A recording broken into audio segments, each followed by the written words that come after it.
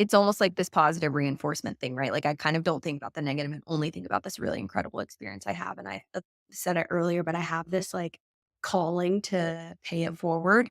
And I like want to identify people like she identified me and pour into them as much as I possibly can so they can pass it on and pass it on. And it's like this responsibility that I feel like I have now.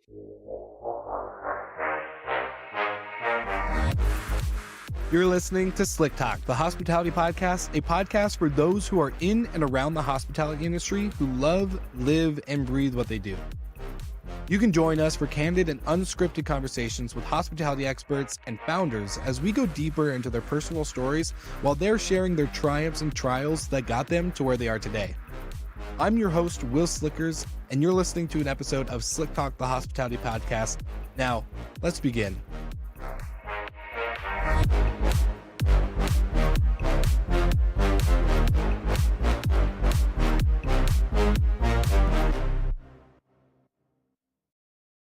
What's up, Slick Talkers? I want to do dynamic duo sponsorship placements for our partners, and the best dynamic duos I could put together for you are our first one of Hostfully and Minute.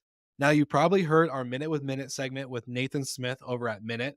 If I could say Minute 1,000 times, then I will. But basically, if you are using Hostfully's property management platform, then you can go to their integration marketplace and turn on your integration with Minute. So that way, everything is operating seamlessly in your hub to run your business without any issues and headaches. It just is so nice to have proper integration partners together.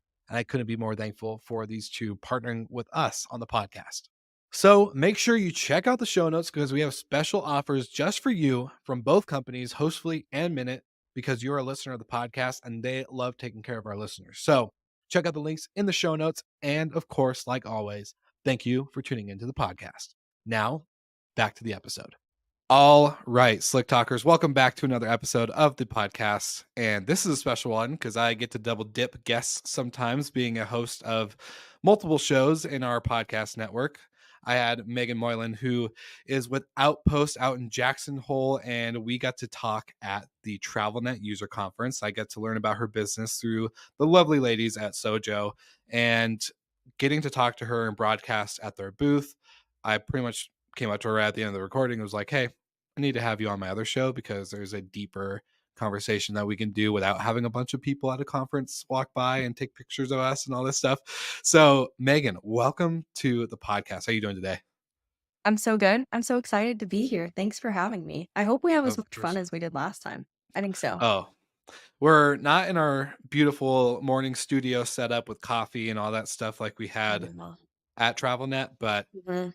hey, virtual, getting to double dip and have you on the podcast again is always a pleasure. So I'm excited for what's ahead.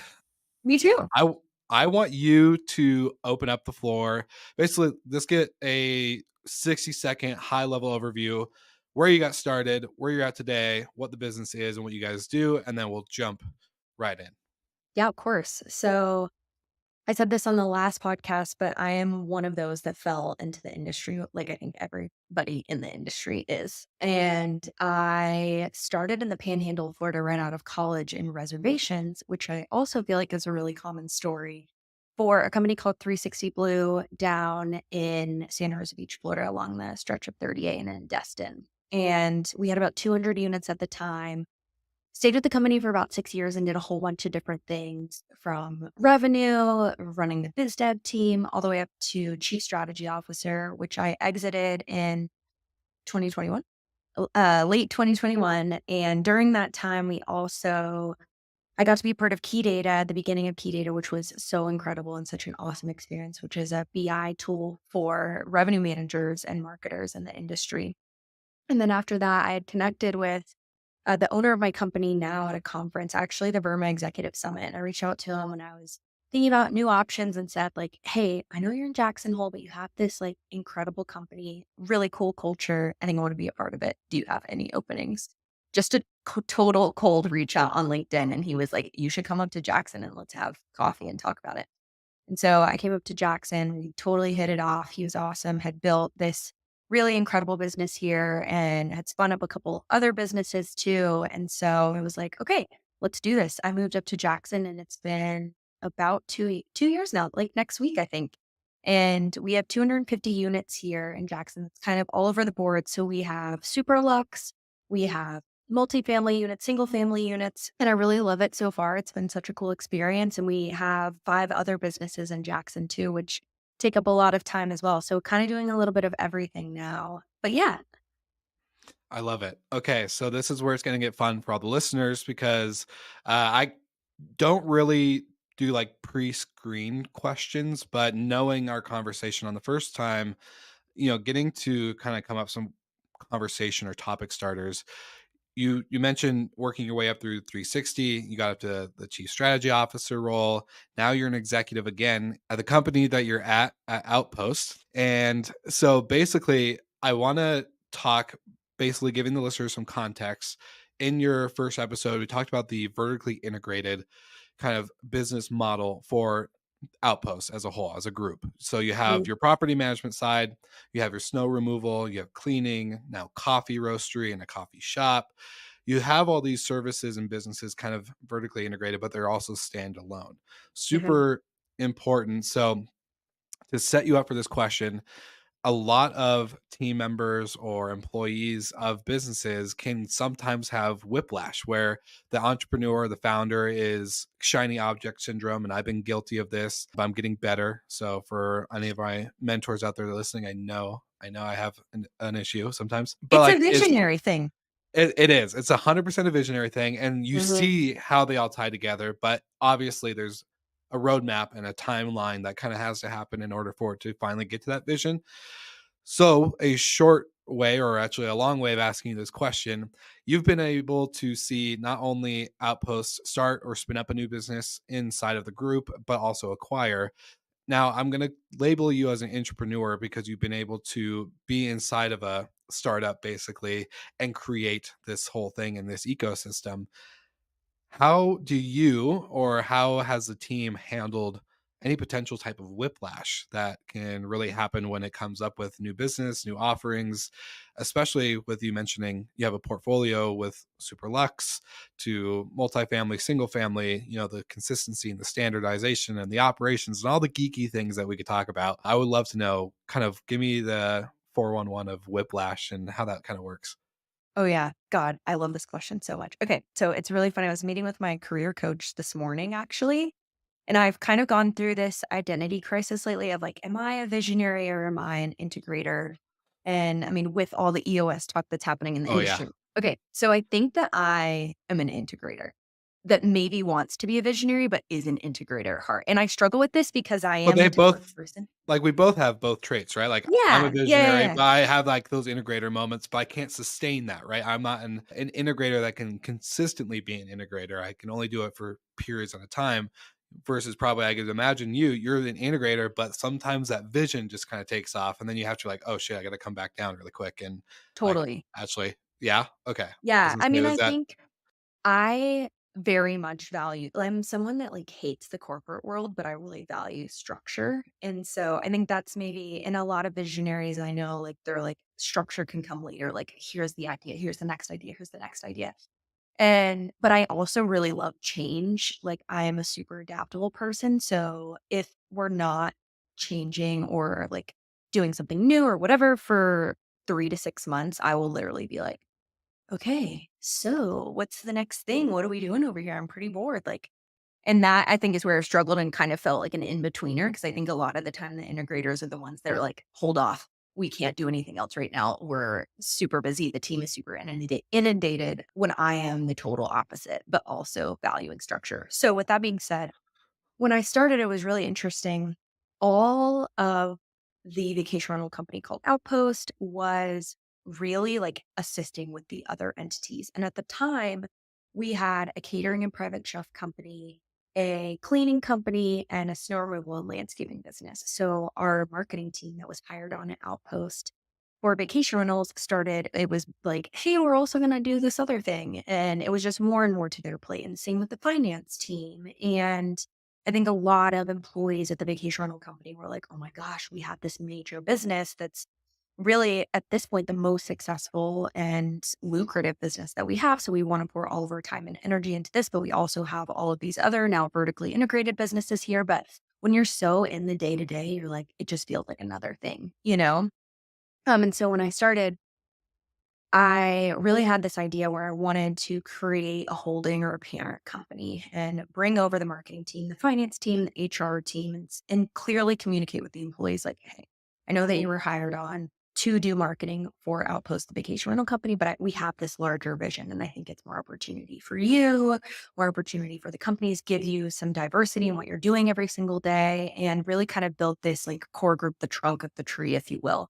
Um, that maybe that was like a horrible metaphor, but No, yeah, I like no, I love that. I think the trunk okay. of the tree, that's a great way to describe it.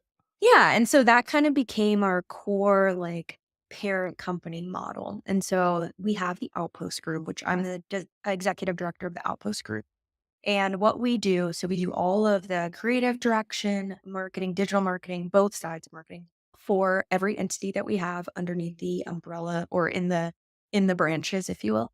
I can't, like, switch from metaphor to metaphor, and then we have finance, does finance for all of the entities, HR does HR for all of the companies. And then we have an operations and strategy department, which really like works with each business leader to identify objectives and set that next strategy. And then we honestly like kind of help out in whatever way possible. So if that is, hey, you need help with staffing for the coffee shop, like we'll assist with that. Hey, you need to vet these three softwares on the vacation rental side because we're experiencing need problems. But it gives power to the executives of each individual company to run the day to day and be super involved and lead the strategy as well. And then just kind of we're here to support and make sure we're all rowing in the right direction.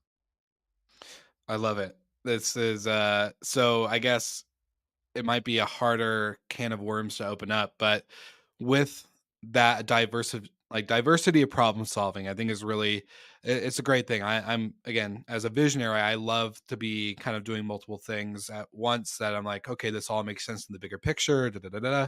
Then I have those days where I'm like, okay, I just want to focus and get my to-do list done on X, Y, and Z things. I need to start like tweaking this system or tweaking that system. But like with this, have you guys seen? Because I think I was listening to another podcast outside of our industry. The CEO of Kayak was basically describing how companies like Vacasa, Sonder, and other even hospitality brands that aren't just short-term rental related, how we're all struggling with profitability. And so no one's been able to seem profitable. And so with this model, do you guys see that the numbers, the financials really do make sense to have a more vertically integrated business than to have one business that stands alone and just focuses on property management versus X, Y, and Z services and products?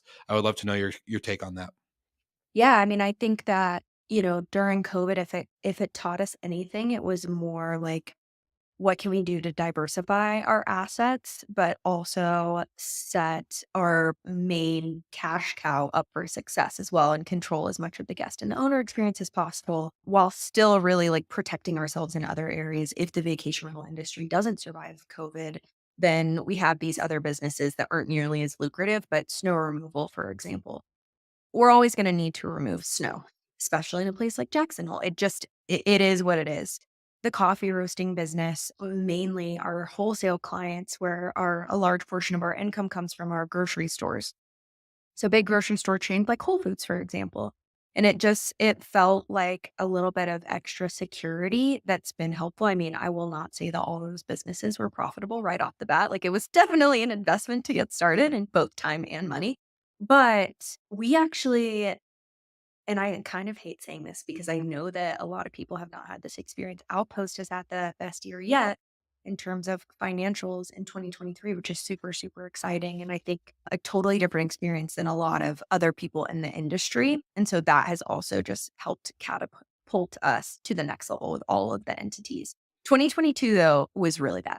I will totally admit that. It was a rough year.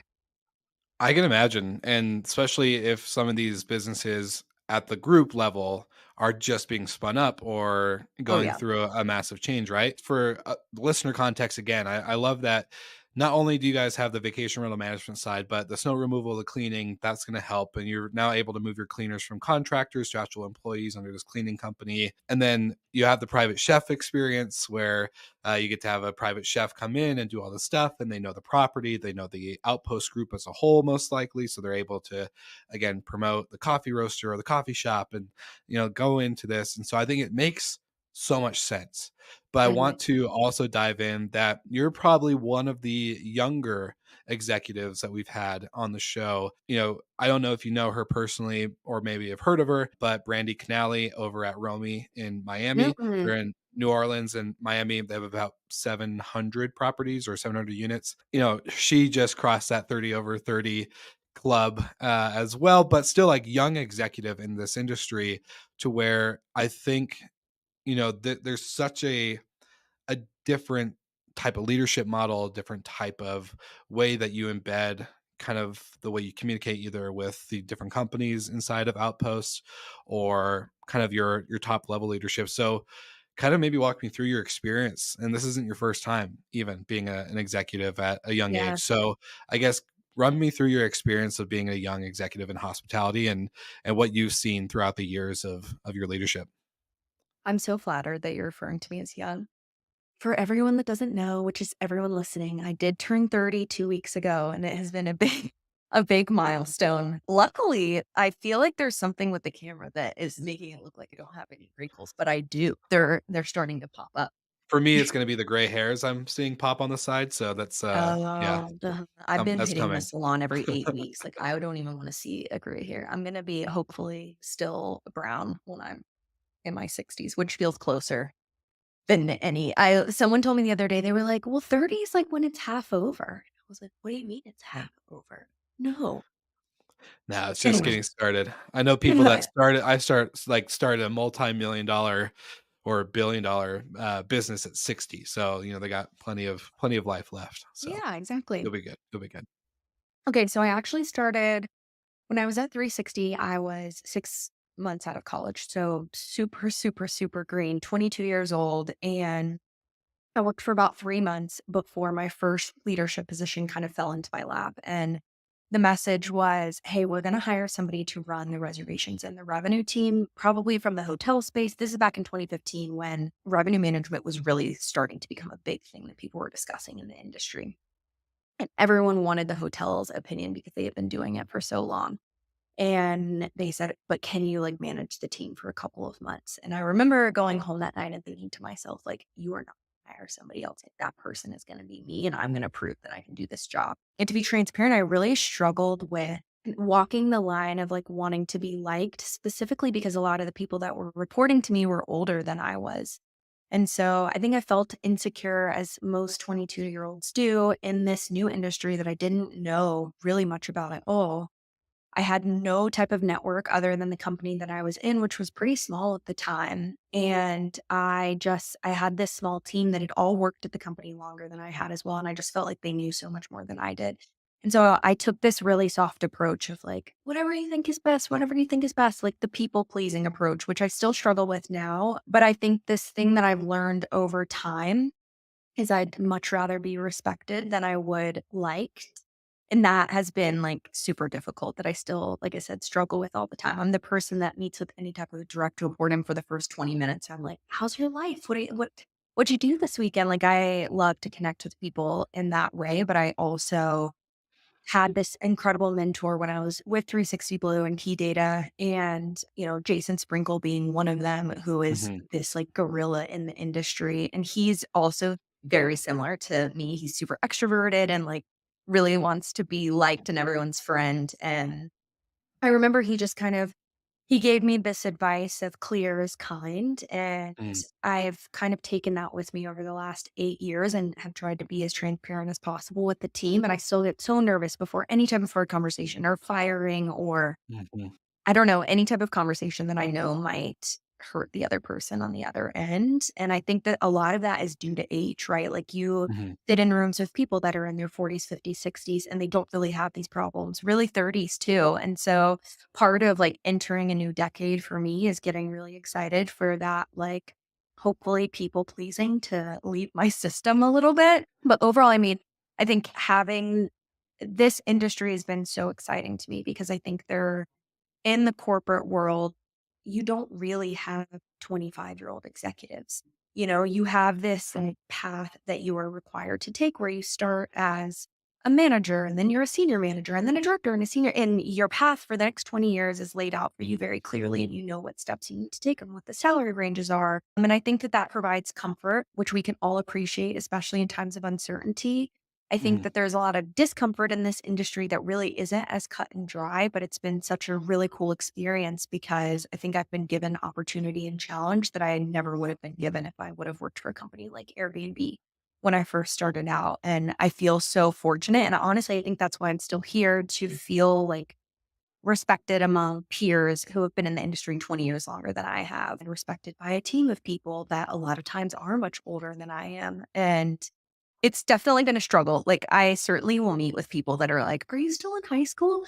But I don't know. That's kind of like a two-in-one answer. No, I love it because I had a similar experience. I was a hotel manager in my early 20s rather than net where I'm at now, and everyone on the team had been at the hotel way longer than I had. I was maybe 9 months in, so my boss got fired and let go, and I took her place pretty Same. much very early in, and everyone was in their 50s, 60s. Like I was in a really small touristy town in Seaside, Oregon. There wasn't a lot of people in their 30s and 40s. It was Mhm. like I was a big outlier being in my 20s. And I know you probably relate to being in Jackson Hole. I don't imagine that's being a very young city, but I could be wrong. I've never actually been. My buddies talk about their trips to Jackson Hole all the time, so I'm Oh my gonna have god, to you be gotta on get one of back those. here. I know. I was gonna say I gotta be on one of those soon.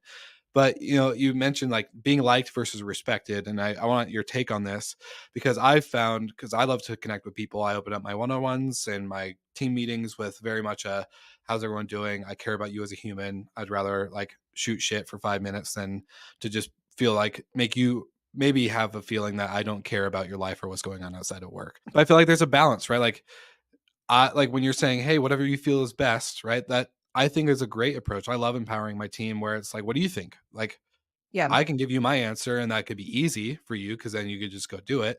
Or you can give your opinion and your thought and why you think or agree or disagree with what my decision would have been. And I want you to feel that you can have that voice and feel that moment. So try not to like, I guess, ride that fine line of being like a people pleaser versus empowerment.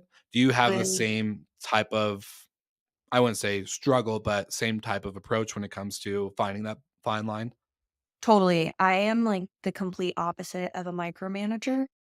And I think it's because of the experience that I had early on in my career when it was like, "Hey, take this and see if you're good at it. Take this and see if you're good at it. Here's some direct reports. Let's see if you can manage them." And they never ended up hiring the revenue manager from the whole hotel industry. And I think that having that confidence early on with people that had been in the industry longer than I had and were older than me, that respected me and gave me that autonomy, is why I value it so much now. And I think, I mean, leadership is the most important part of my job, like by far. I have weekly, hour-long one-on-ones with everyone that reports directly to me, which is probably frowned upon by most people. And I try to consolidate the number of people who do report directly to me and give them empowerment to have employees under them as well. But I think it's just like everybody wants time with their manager and they want to run things by them and shoot the shit with them. And I don't know, I just like I valued that so much early on and still do now that I feel like it's like a responsibility of mine to give it back and to delegate where I can and provide mentorship when I can and guidance, but also to like let the employees fail if they need to, to Mhm. learn and not reprimand them when things like that happen, and just give them opportunity to kind of create their own path. And that's what I had, and it's worked out so well. And I think that that's why we all get along really, really well. And the team that I work with now, we're all like super close with each other and talk to each other on the weekends and we don't have to, which I Mhm. think is a testament to like when you are transparent and when you do give that autonomy, but when you also have those hard conversations, it does make your relationship better. Like my relationship now with giving feedback to employees, constructive feedback, is so much healthier than it used to be 5 years ago when I would just like bottle it up and bottle it up and bottle it up and then finally be like, I really need to talk to you. Like you've been doing this thing for 6 months that is not conducive to a healthy working environment. And then the employee is like, well, what the hell? Why have you not told Yeah. me for the last 6 months? And that breaks trust, and I don't know. I think that I have learned really hard lessons along the way in a consolidated amount of times. 8 years feels like a long time for me, but it's not a long time for people that have been in the industry for 30 years that I think have been really, really helpful. And I also get to connect with people like you, who have managed Mhm. teams and are also in their 20s. I know I'm not in my 20s anymore, and that has been such a cool experience too, because I can say like, "Hey, this is super difficult for me. Everybody on my team is 20 years older than I am. I feel like I'm Mhm. fighting for this respect, and I don't want to pull this card, but like even being a woman too is Mhm. it's even harder in the space, right?" And so I feel like it's just kind of been this uphill battle, but I feel like I've gotten more comfortable with it over the past year than I have like my entire career. All right. So you're trying to grow your portfolio and your property management business, but sometimes owners don't have the best peace of mind when it comes to giving up the keys to their home to an unknown brand or company. And of course, let's be honest, sometimes we hear the horror stories of guests and the bad guests that stay in vacation rentals and throw parties.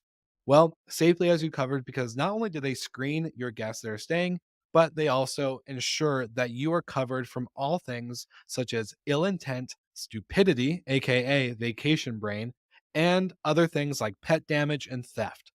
While doing that, you are able to partner with Vintory and grow your portfolio with their marketing platform that helps ensure that you are attracting the right owners to your rental program and growing your business in the destination that you are in. Or if you're in multiple destinations, that works too.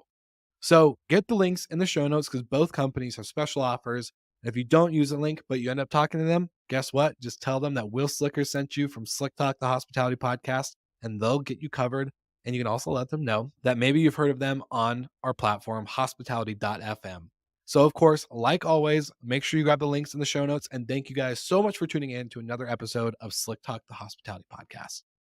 Now, back to the episode. Yeah, I was gonna say I grew up with 5 sisters, all older. So I'm very like this industry for me, I will say like I again, I'm like you, I don't like to pull the sex or race or whatever card that a lot of people pull sometimes. But coming into this industry, growing up with all female, whether bosses and sisters and teachers and all the influence I had in my life was females and women that were in charge and growing families and doing all this stuff. And so coming into this industry, not seeing a lot of lady executives and founders and entrepreneurs like they are, but maybe in our media spotlight, they're not as showcased Yeah. as much. And so I have a couple of questions with you, kind of based around the leadership and the execution side, because you mentioned a couple things that really sparked an idea or a question for me. So, how much of your leadership style today or the way you approach things was impacted by a bad work environment before getting into the industry? 0%. 0%. Okay, let's Yeah. explain. It's like dive into because I had a lot of, I wouldn't say a lot. I had a lot of lessons learned through either poor leadership that was good but never gave the right time allocation to the team or myself on the team, and just then being a bad leader or a bad owner. So Yeah. that's how I've applied a lot of it. Like I'm very, like you mentioned, one of the things like bottling something up for 6 months, right? And like I've learned that on like real time correction is really important because someone on my team was dropping the ball and I was about to correct it, and then they did a really good success like renewal program, and then I was like, well, now I can't say it because I'm Yeah. rewarding good behavior with a bad reaction. So that's like an example, right? Like I'm being very conscious of that. Why do you say 0% of your past experiences have impacted your leadership? Because I think 100% of my leadership style is due to my experience at 360, if I'm being honest. Yeah, I think that's right. I'm like checking myself in my mind, but I had a female boss for the entire 6 years that I was with the company. She was the CEO, and she was, like, the ultimate badass, like, a superhero, had eventually 5 kids over the course of those 6 years, 5 kids in 6 Jeez. years, and was CEO of a multi-million-dollar company, that went through 2 acquisitions and then sold Mm, and just, like, led with so much poise, and she was, like, so gritty and graceful at the same time, and, like, she would call you out on your shit, but she also mm, was, like, the kindest, most respectful person. I mean, I, like, can't even describe her in words, and I think, like, I was just totally, like, enamored by her the entire time that I was with the company and made it this mission of, like, I'm gonna learn as much as I possibly can and, like, soak up as much of her leadership style as I possibly can and mm. put my own spin on it. So yeah, I mean, I definitely had like shitty managers when I waited tables in college and had like god awful bosses. It's funny, my boyfriend now, he's a chef and owns his own business.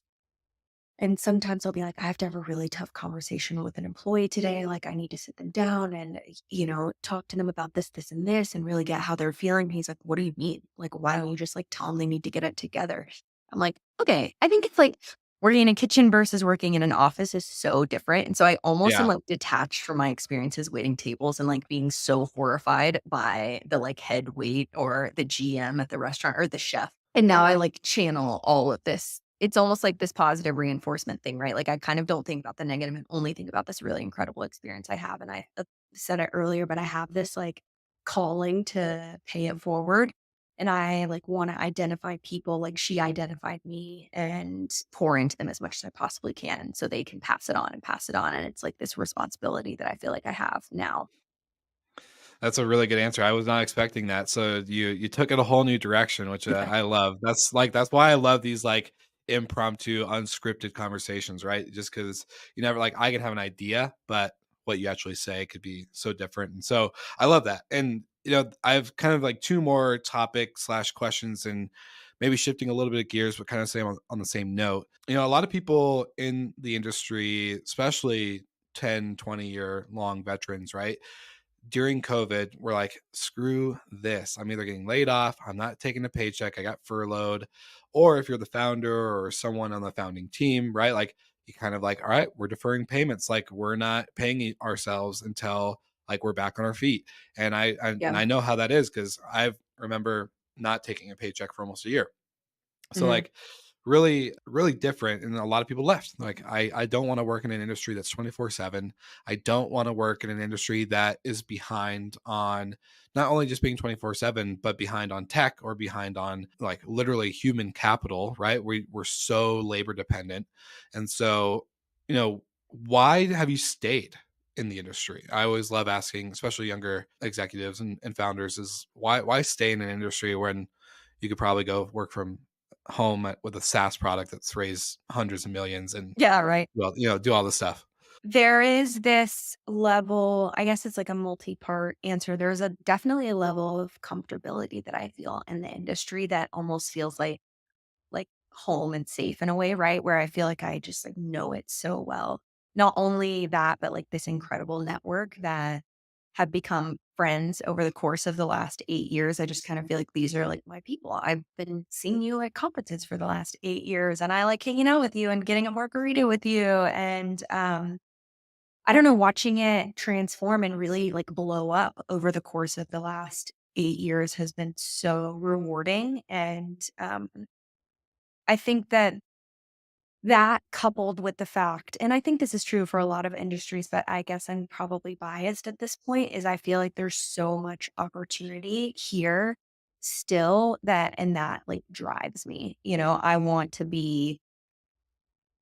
I want to be here forever, I think. I don't know. I'm 30. So I still have apparently a lot of life to live. But I do feel like that. Like it just feels like home and it's so shitty sometimes, right? And now, I mean, Mhm, I will be so honest, like at the level that I am in the company, I don't have to deal with a lot of the things that I used to mhm. when I first started out. And I don't talk to guests at 2 o'clock in the morning. And I don't Yeah. talk to a lot of like screaming owners. And that I think has a lot to do with it, right? Like I haven't experienced that burnout in a long period of time. It still is very demanding in so many ways, mostly on the employee side and just like Mhm, feeling the responsibility of nurturing and growing other young people into building their own careers. But I think this industry is so unique for that reason and this opportunity that I've been given that I don't know. I guess I kind of have this fear too, super vulnerable if I went into another industry that they would be like, we have a secretary position open for you. And I don't know, it's like a imposter syndrome type of thing where I'm Mm. like, this is the only industry when I could be an executive at the age that I am. So there is some of that, but more than anything, I think I just like I love it and I want to continue growing with it. I will say the amount of experience that you get in this industry is 1,000 times more applicable and beneficial for, like, a corporate company, but again, they're so structured that someone that is kind of a Swiss Army knife of experience and knowledge and tools and leadership experience, sometimes is just what they're looking for because 'cause they're so structured, right? There's, "Oh, you're a Swiss Army knife? Well, we have a fork over here, we have a knife over there," and, like, this is like we have individual tools as and not tools, so sorry, different word, but individual tools It's or strategy people in certain leadership positions, right? We don't need an army knife, we need the individuality pieces. And so yeah. I've I find that interesting. And you said for the next generation, because you're not dealing with the 2 a.m. calls and screaming owners, but you're dealing with the team that is, right? Like you have to prevent them from burnout and make sure they're feeling renewed and refreshed. So what is your I love this topic as well too, so we can go deeper too. But there's this new wave or this next wave of entrepreneurs and executives in our industry. I think we're pretty quiet right now. You got a couple superstars that are popping up and doing their own thing, as we all kind of need to in order to really come together. But I think there's this next wave, next gen of hospitality leaders that is going to take over the industry by a storm, and it's going to hit us overnight. One day we're all going to wake up and it's going to be like, all right, this is how we're doing things now. Yeah. What's your best piece of advice for someone who's young, hungry, maybe like just like you, where they feel more integrated than visionary, but have that visionary capability, you know, going into the industry and building the next wave? Any pieces that you would love to pieces of wisdom that you love to pass down? Yeah, so my first piece of advice might be frowned upon, but it is definitely like fake it till you make it. When I first started, I remember coming in and I noticed a lot of inefficiencies. And I was like, I think that I could probably build this like mega Excel sheet. I mean, this is kind of before the softwares that we have now, right? So I came home and I was like, I'm going to build this big spreadsheet, to hold all of our information when we're taking guest calls. That we didn't have a Salesforce at that time or a track. We were using Escapia, but they still didn't have that capability, the CRM capability. Anyway, so I didn't know how to use Excel. So I came home and I watched YouTube videos for an entire weekend, made a full YouTube spreadsheet and brought it to my boss on Monday, like a week after I started. And she was like, this is the most incredible thing I've ever seen. Like, you're really an Excel whiz.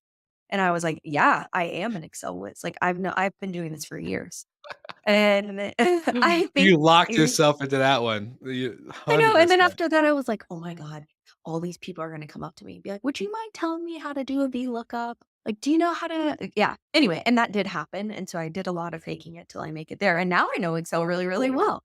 But I think this, like, confidence that you kinda have to have, especially as a young person in an industry that's dominated by people that are older than you, that do have a lot of experience, like, coming in and saying to yourself, like, the value that I can add is that I have really fresh eyes and I haven't been in this industry for a long time. And I leaned into that so much when I first started with the company. I just thought, like, okay, I am going to pick out every inefficiency I possibly can. And rather than pointing it out, I'm going to come with a solution and I'm going to go ahead and like build the solution and just say, like, all you have to do is implement it. But do you like it? Like, do you have any suggestions? And I think that that really helped me stand out in the very beginning.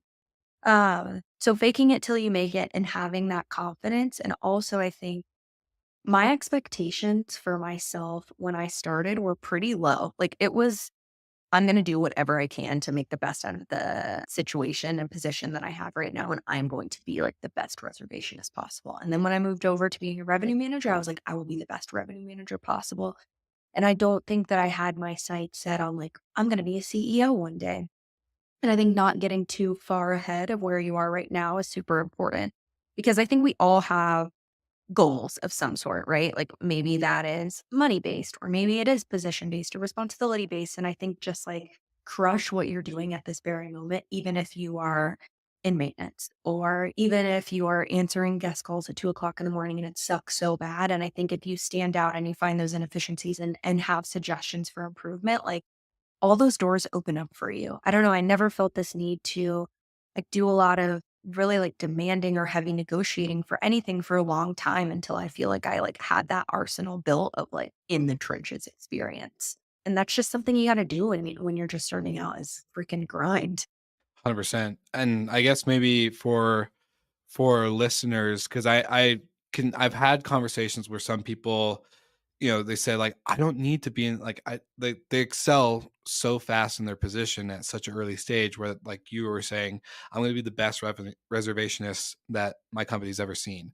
And then I'm gonna go to the next piece and do the same thing over and over again. They get there, right? Like they become the best reservationists, and then they're like, why does no one trust me that I know exactly like everything that's going on in this whole system or this department, right? And I guess for a follow-up question, do you believe time is super important in this piece, or do you think that someone can fake it till they make it and get to a higher level or career path in a shorter period of time based off of crushing their positions past, if that makes sense?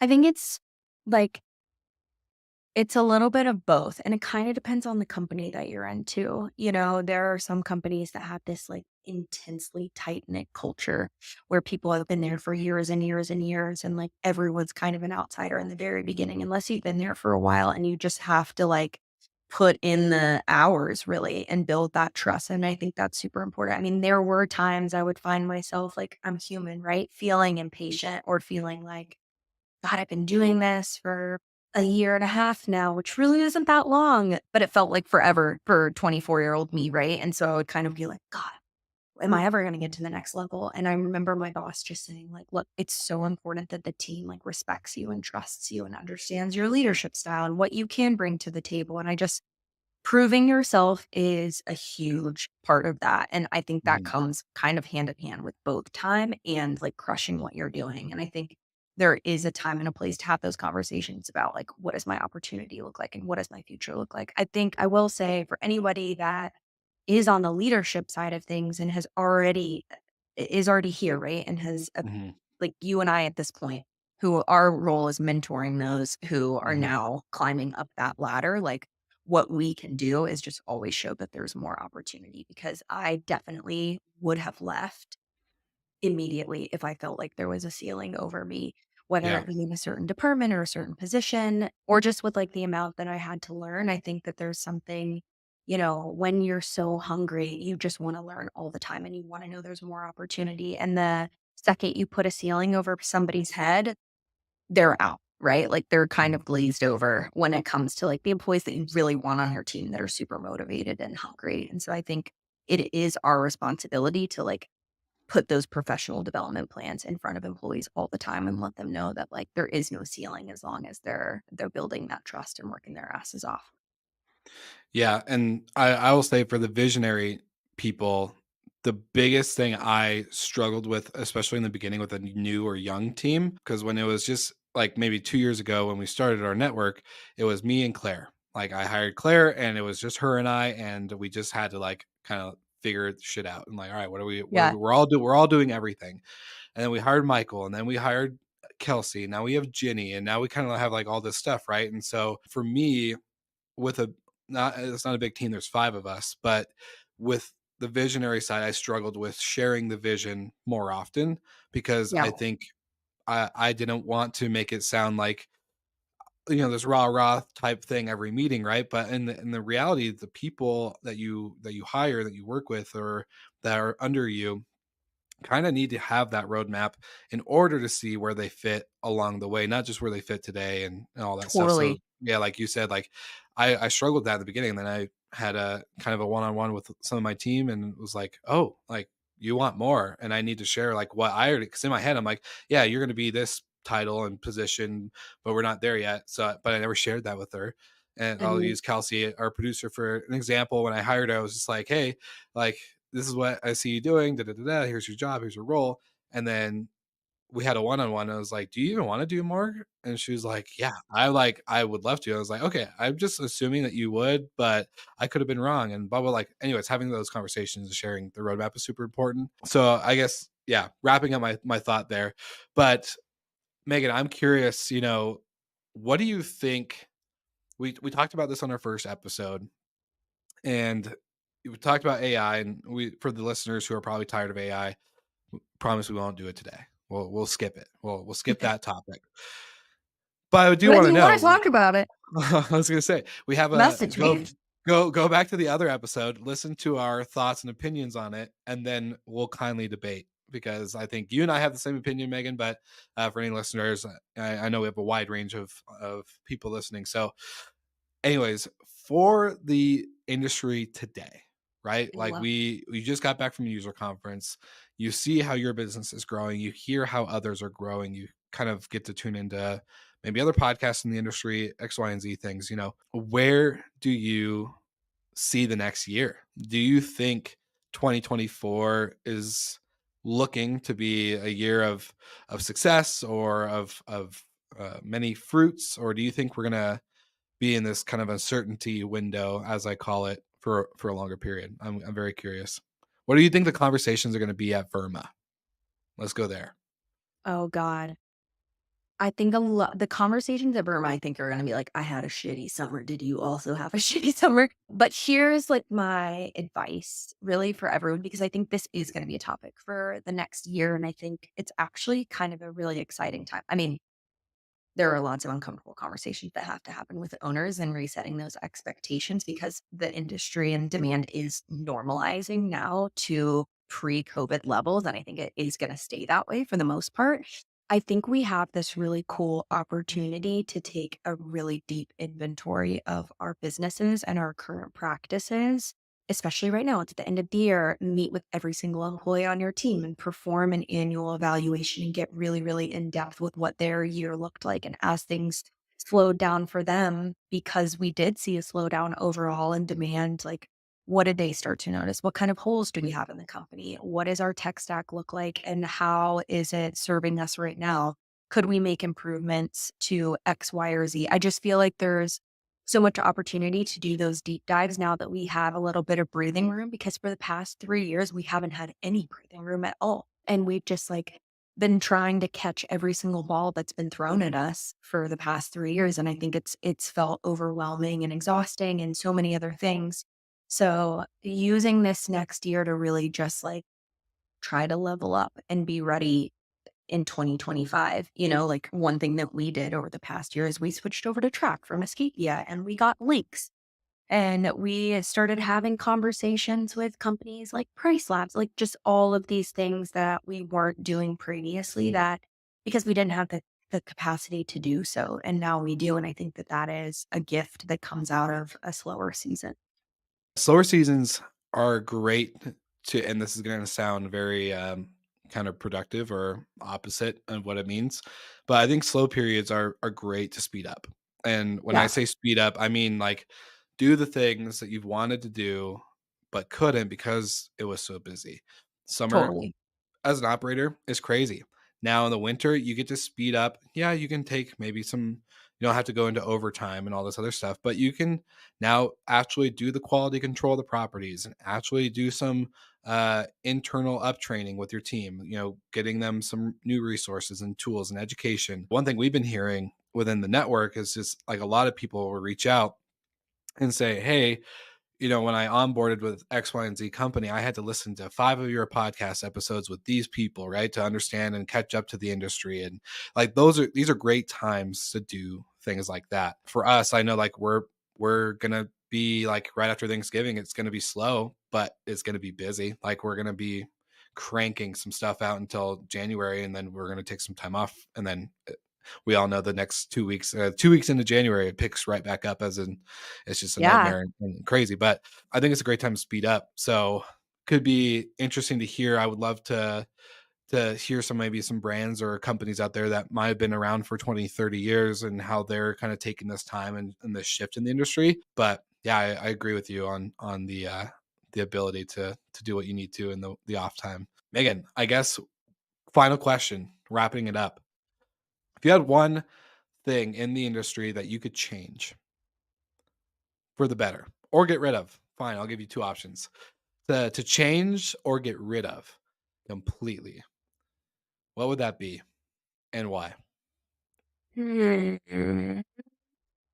I think that I would change the perception of vacation rentals in the eyes of God. This is really hard. I mean, this is one thing, but the first thing that came to my mind, I would change the perception of vacation rentals in the eyes of a lot of communities that are moving towards super strict regulation.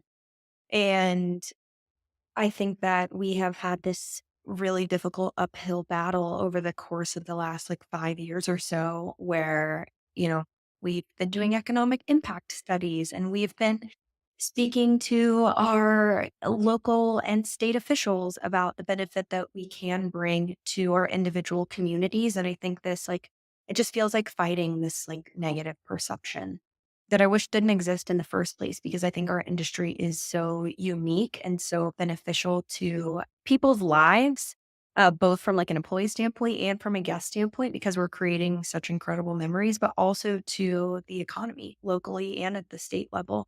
So I think that would be the answer off the top of my head.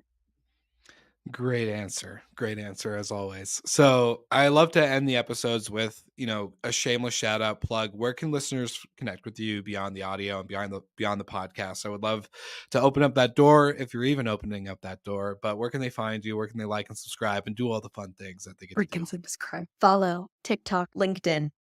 Definitely LinkedIn. I have recently decided that I need to embrace LinkedIn as a social media platform, and I cannot be using TikTok like a 15-year-old anymore. I don't actually post TikToks, I just like to watch them, but Oh, I love you and me both. also, anyone is always welcome to come up to Jackson, build some snowmen, and get some coffee. I'm down. Yes. I think we should do an in person kind of outpost I like do too.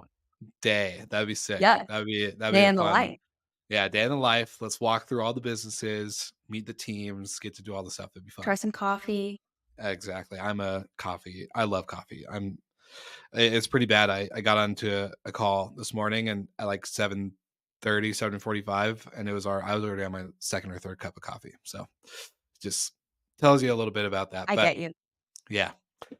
All right, Megan. Thank you so much for being on the podcast again. And of Thank course, you. I love getting to talk with you. I think we really hit it off. So thank you to the Sojo ladies, Joy and Marcia, and everyone there just for telling me to interview with you at the TravelNet So, conference. Joe.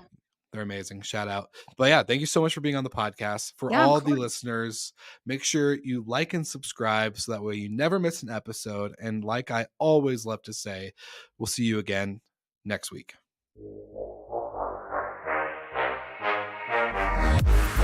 Thank you so much for listening, and thank you to our show partners for making Slick Talk, the hospitality podcast, possible. We hope you enjoyed the show, and we would love to connect with you outside of the podcast. So you can follow us on all of our social media channels for daily hospitality content, or find us on slicktalkthepodcast.com. And don't forget to rate, review, and subscribe so you never miss an episode. I'm your host, Will Slickers, and we will see you guys all again next week.